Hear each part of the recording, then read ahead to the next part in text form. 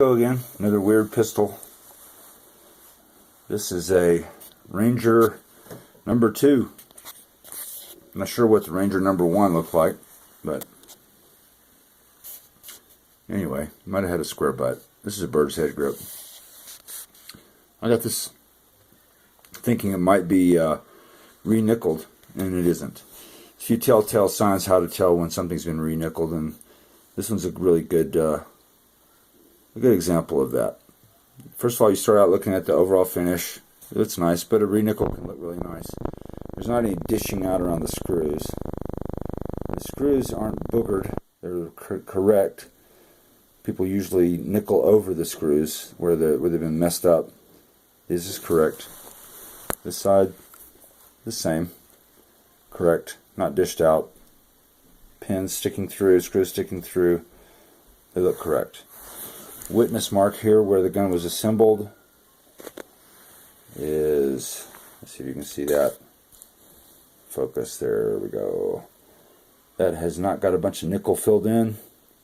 This is where the gun was initially assembled after it was nickeled, and the parts were nickeled and before it was assembled.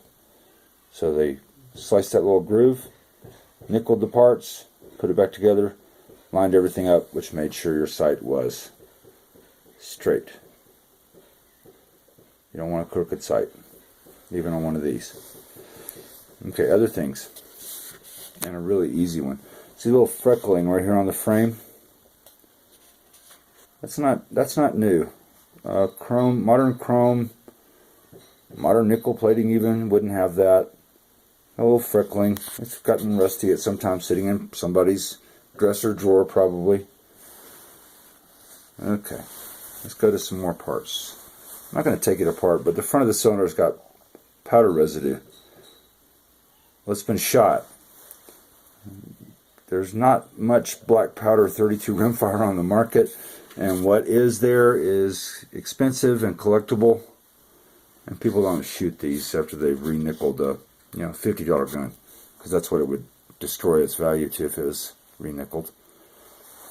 Finish is not all buffed on this walnut grip.